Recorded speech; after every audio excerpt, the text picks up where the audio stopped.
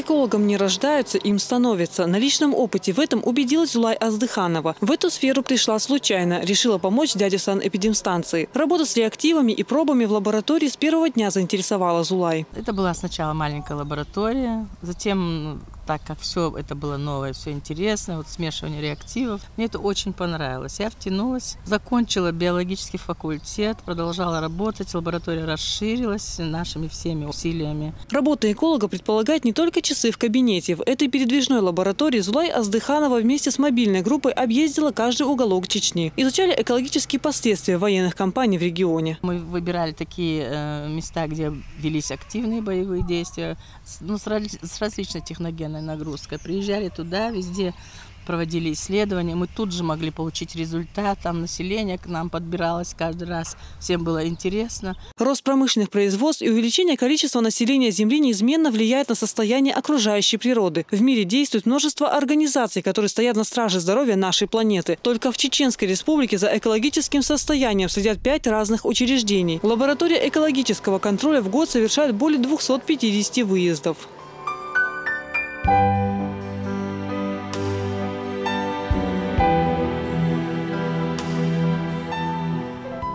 В этой лаборатории специалисты проводят непосредственно саму проверку собранного на местах материала. Хроматограф – так называется устройство, которое помогает определить качественные и количественные отношения в составе пробы. Например, жидкостный хроматограф помогает определить подделку от настоящего лекарственного препарата, а вот газовый поможет разобрать пробу на составляющие. Наша лаборатория занимается исследованием воды, почвы, воздуха. Для этого у нас есть современное оборудование, которое выявляет 1000 компонентов загрязняющих веществ.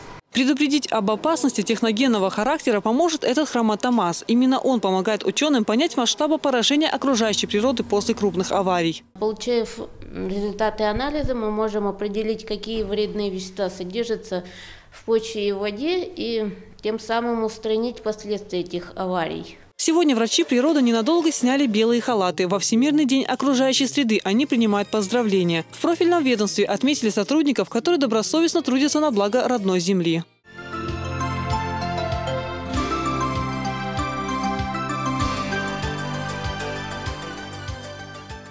Для них слова благодарности и музыкальные подарки. Поздравили и начинающие ученые. Эколята, так ласково здесь называют учеников эколого-биологической станции. Они подготовили для работников Минприроды театрализованные постановки. Елизавета Чепханова, Султан Умаров, Дауд Куруев. Новости.